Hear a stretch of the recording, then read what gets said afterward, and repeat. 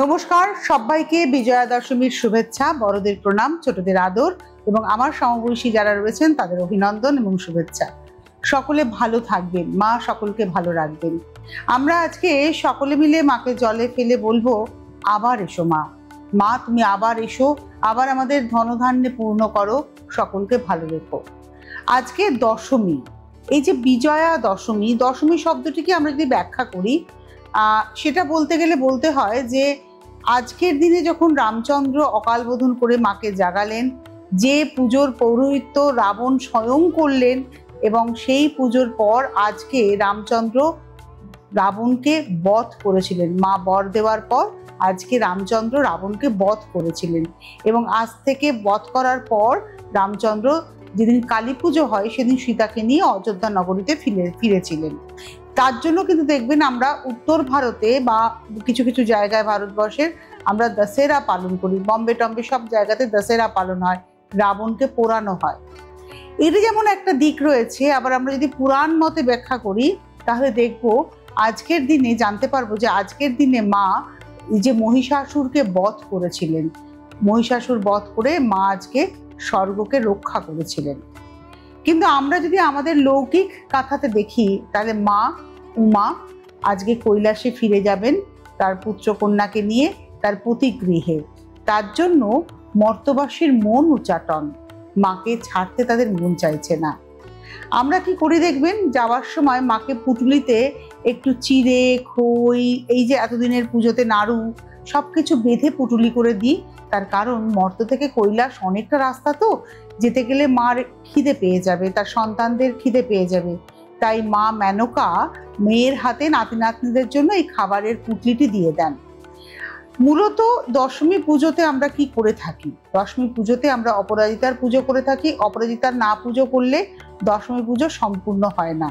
এবং আজকের দিনে অনেক বাড়িতে যেখানে বাড়ির পুজো হয়, আমরাও করেছি দীর্ঘদিন ধরে, যে মাকে পান্তা দেওয়া হয়। এই আজকে মা এতদিন ধরে তাকে অনেক কিছু খাওয়ানো দাওয়ানো হয়েছে, আজকের দিনে তাকে পান্তা দেওয়া হবে।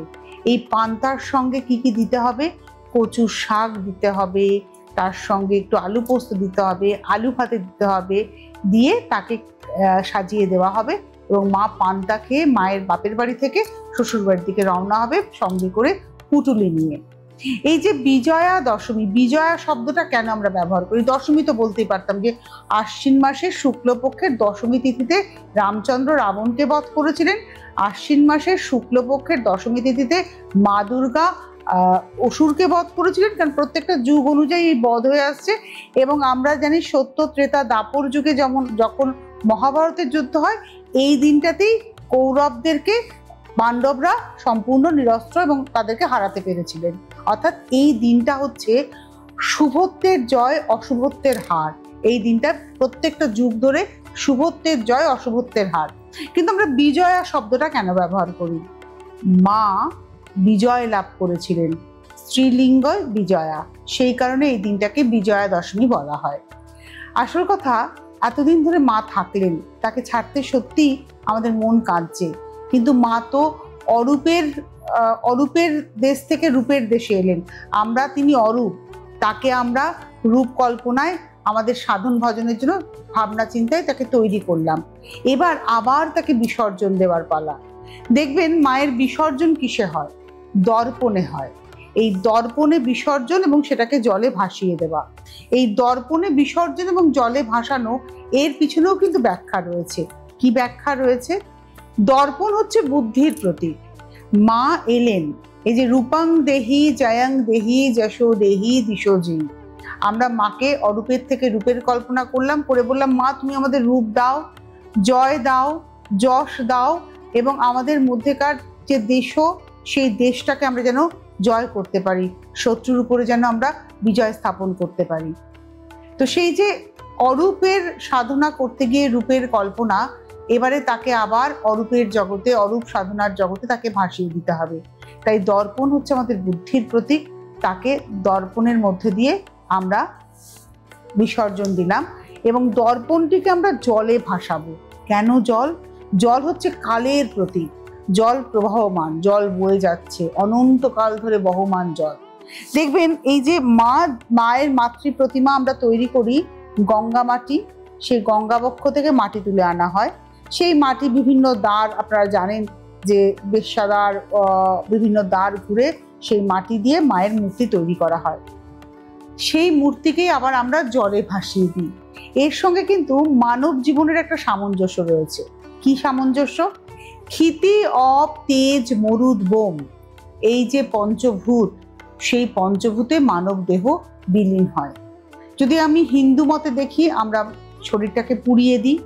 এই শরীরটি পোড়ানোর পর যে ছাইটি হয়, সেই ছাইটিকে আমরা কোথায় ভাসাই? নদীবক্ষে ভাসিয়ে দিই, অর্থাৎ সেটি ক্ষিতি, অপ, তেজ, মরুদ, বোমে মিশে যাচ্ছে। ঠিক সেরকমই অন্য ধর্মের ক্ষেত্রে কি করা হয়? আমরা মাটিতে কবর দিই, সেক্ষেত্রেও কিন্তু মাটির সঙ্গে দেহ আস্তে আস্তে পচে গলে অস্থি মজ্জা সমস্ত গিয়ে মাটির সঙ্গে মিশে গেল, অর্থাৎ সেটা ওই ক্ষিতি, অপ, তেজ, মরুদ, বোমে লয় হয়ে গেল। ঠিক সেরকমই মাতৃ প্রতিমা, যে মাতৃ প্রতিমা মৃন্ময়ী থেকে চিন্ময়ী রূপ ধারণ করলো, সেই চিন্ময়ী রূপকে আবার আমরা সেই জলে নিমজ্জিত করে তার গা থেকে সমস্ত মাটি গলে গলে গিয়ে আবার মিশে যাবে, কার সঙ্গে বয়ে যাবে? কালের বহমান ধারার সঙ্গে, অর্থাৎ নদীর জলের ধারার সঙ্গে সে কিন্তু বয়ে যাচ্ছে। এটা একটা অনন্ত যাত্রাপথ। সেই যাত্রাপথের বর্ণনাই কিন্তু আমরা পাই। দুর্গাপুজো শেষ, বিজয়া দশমী মিষ্টিমুখ করার পালা। আসল কথা, পুজো কি? পুজো হচ্ছে একটা থিসিস। ধরুন আমার ভক্তি, তার সঙ্গে আয়োজন, এই দুটো মিলে একটা সিনথেসিস তৈরি হলো, অর্থাৎ এই সিনথেসিসটাই হচ্ছে মায়ের কাছ থেকে আমাদের পাওয়া। আমাদের ভালো থাকার জন্য মায়ের কাছ থেকে আশ্বাস চেয়ে নেওয়া। আমি গতদিন বলছিলাম না যে চাইতে গেলে তার কাছেই যাইবো যার কাছে চাইলে সব কিছু পাওয়া যাবে। দেখবেন সন্তানেরা, মানে আমাদের সন্তানেরা বায়না যখন করে, তারা বুঝে যায় বাবা কিংবা মা কার কাছে চাইলে সবটা পাওয়া যাবে। কেউ কেউ আবার বাবা মাকে পাত্তা না দিয়ে ঠাকুমা দাদুর কাছে চাইতে যায়, কারণ জানে সেখানে গেলেই পাবো। সুতরাং তাকেই খুঁজে নিতে হবে যার কাছে চাইলে আমি সবটা পাবো। সুতরাং আজকে বিজয়া দশমী, মা চলে যাচ্ছেন সপরিবারে, সবাহনে। মা এসছিলেন এবং মাকে আমাদের এবারে আবার ফেরত পাঠানোর পালা।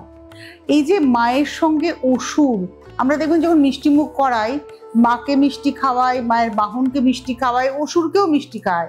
আসলে অসুর কি? অসুর হচ্ছে এই যে অসুর, এ আমাদের মধ্যেকার ষড়রিপু। এই যে মাকে আমরা পুজো করলাম, ষষ্ঠীর বোধন থেকে, অধিবাস থেকে শুরু করে দশমীর মাকে অপরাজিতা পুজোর মধ্যে দিয়ে যে মাকে আমরা পাঠাচ্ছি তার প্রতিগৃহে, বা তাকে ভাসাচ্ছি আমরা জলে, তাকে বিসর্জন দিচ্ছি, এ কেন? আমাদের মধ্যেকার যে ষড়রিপুর প্রকোপ, তার উপরে আমরা যাতে সংযম আনতে পারি।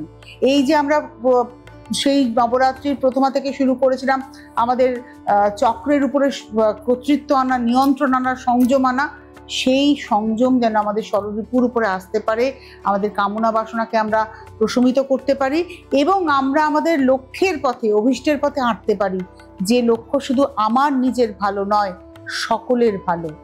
সেই যে কবি বলেছেন না যে সকলের তরে সকলে আমরা, প্রত্যেকে আমরা পরের তরে, সকলকে নিয়েই আমাদের থাকতে হবে। আসুন এই যে বিজয়া দশমী, বিজয়া দশমীতে আমরা কি করি? একে অপরকে আলিঙ্গন লিপ্ত করি, শুভকামনা জানাই, বড়দের পায়ে হাত দিয়ে প্রণাম করি, ছোটদেরকে আদর করি এবং একে অপরকে মিষ্টি মুখ করাই। এবং আরেকটি কাজ আমরা করে থাকি, সেটি হচ্ছে মাকে সিঁদুর দান। আপনাদের মনে হতেই পারে যে মায়ের তো দর্পণে বিসর্জন হয়ে গেল, ঘট নাড়িয়ে দেওয়া হয়ে গেল, তারপরে মাটির পুতুলকে কেন এরা সিঁদুর পরাচ্ছে? কি হবে সিঁদুর পরিয়ে? দেখুন একটা উদাহরণ দিই। আপনি বাড়িতে ইস্ত্রি করেন তো, সবাই আমরা ইস্ত্রি করি। ইস্ত্রিটা গরম করে আমরা যখন জামা কাপড় ইস্ত্রি করি, তারপরে ইস্ত্রিটাকে রেখে দিই, সঙ্গে সঙ্গে কি ইস্ত্রিটা ঠান্ডা হয়ে যায়? হয় না, কিন্তু গরম থাকে। ঠিক সেরকমই মাতৃ প্রতিমাকে এই যে এতদিন ধরে আমরা পুজো করলাম, দর্পণে তার বিসর্জন হয়ে গেল মানেই তার কি সবকিছু শেষ হয়ে গেল? তখনও ওই মৃন্ময়ী মায়ের মধ্যে চিন্ময়ের খানিকটা অস্তিত্ব রয়ে গেল। তাই তো তাকে সিঁদুরে রাঙা করে আমরা প্রতিগৃহে পাঠালাম। এবং তার সঙ্গে সঙ্গে আমরা এওরা কি করি? মায়ের যে কপালে সিঁদুরটা পরাই, সেটা সারা বছর সংরক্ষণ করে রাখি। কি না, আমার স্বামীর দীর্ঘায়ু হোক, আমার স্বামী সুস্থ দেহে, নীরোগ দেহে যেন তিনি দীর্ঘ আয়ু লাভ করেন। এটা আমরা কামনা করে থাকি।